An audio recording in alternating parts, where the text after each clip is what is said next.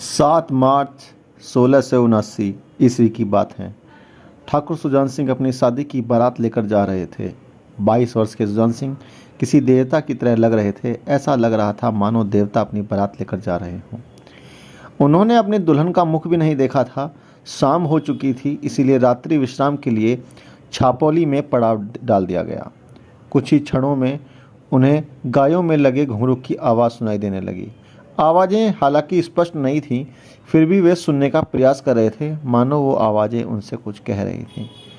सुजान सिंह ने अपने लोगों से कहा, शायद ये चरावाहों की आवाज़ है, जरा सुनो वे क्या चाहते हैं। गुप्तचरों ने सूचना दी कि युवराज, ये लोग कह रहे हैं कि कोई फौज देवड़े पर आई है। वे चौंक पड़े। कैसी फौज? किसकी फौज? किस मंदिर पर आई है?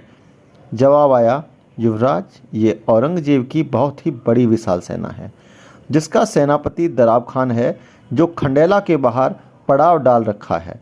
कल खंडेला स्थित श्री कृष्ण मंदिर को तोड़ दिया जाएगा। निर्णय हो चुका है। एक ही पल में सब कुछ बदल गया। शादी के खुशनुमा चेहरे अचानक सख्त हो चुके थे। कोमल शरीर वज्र के समान कठोर हो चुका था। जो बाराती थे वे सेना में तब्दील हो चुके थे। वे अपनी सेना के लोगों से विचार विमर्श करने लगे। अब उनको पता चला कि उनके पास सिर्फ 70 लोगों की सेना थी। अब रात्रि में बिना एक पल समय गंवाए उन्होंने गांव के कुछ आदमी इकट्ठा किए। अब उनके पास करीब 500 घुड़सवार थे।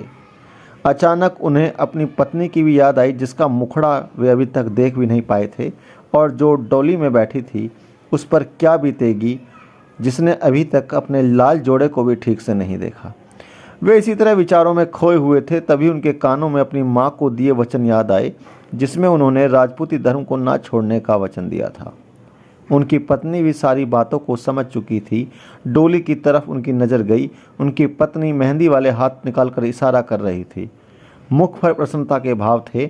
वो एक सच्ची छत्राणी का कर्तव्य निभा रही थी, मानो वो खुद तलवार लेकर दुश्मन पर टूट पड़ने के लिए आतुर हो। लेकिन ऐसा नहीं हो सकता था।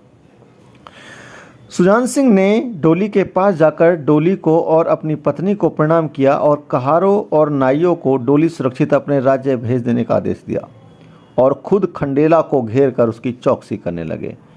लोग कहते हैं कि मानो श्री कृष्ण उस मंदिर की चौकसी कर रहे थे। उनका मुखड़ा भी श्री कृष्ण की तरह चमक रहा था।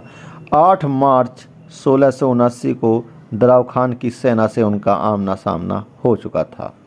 महाकाल भक्त सुजान सिंह ने अपने इष्टदेव को याद किया और हर हर महादेव के जयघोष के साथ 10,000 की मुगल सेना के साथ सुजान सिंह अपने 500 लोगों के बीच घनघोर युद्ध करने उतर पड़े। सुजान सिंह ने दराब खान को मारने के लिए जब उसकी तरफ लपके तो मुगल सेना के 40-50 लोग तो मौत के घाट ऐसे ही उतर चुके थे।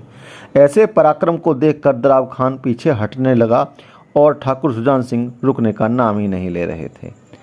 ठाकुर सुजान सिंह केवल आज दराब खान को मारने के लिए ही उतरे थे।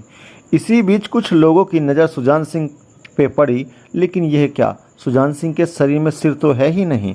लोगों को घोर आश्चर्य हुआ, लेकिन उनके अपने लोगों को ये समझते देर नहीं लगी कि सुजान सिंह तो कब के मोक्ष को प्राप्त कर चुके हैं। ये जो युद्ध कर रहे हैं वे सुजान सिंह के इष्ट हैं। सब ने मन ही मन अपना सिर झुकाकर इष्ट देव को प्रणाम किया। अब दराब खान मारा जा चुका था। मुगल सेना भाग रही थी, लेकिन ये क्या, सुजान सिंह घोड़े पर सवार बिना सिर के ही मुगलों का संहार कर रहे हैं। उस युद्ध भूमि में मृत्यु का ऐसा तांडव देखकर इसका अंदाजा इस बात से लगाया जा सकता है कि मुगलों की 7,000 सेना अकेले सुजान सिंह के हाथों मारी जा चुकी थी, और दराब खान भी मारा जा चुका था, और बची कुची सेना जो सुजान सिंह से अपना बचाने के लिए केवल भाग खड़ी हुई थी। इतिहासकार कहते हैं कि देखने वालों को सुजान सिंह के शरीर से दिव्य प्रकाश का तेज निकल रहा था। एक अजीब विस्मित करने वाला प्रकाश निकल रहा था, जिसमें सूर्य की रोशनी भी मन पड़ रही थी। ऐसा है राजपूती इतिहास, जिसे कुछ लोगों ने मिटाने की भरपूर कोशिश की है, लेकिन ये इतिहास कभी नहीं मिट पाएगा। जय महाकाल।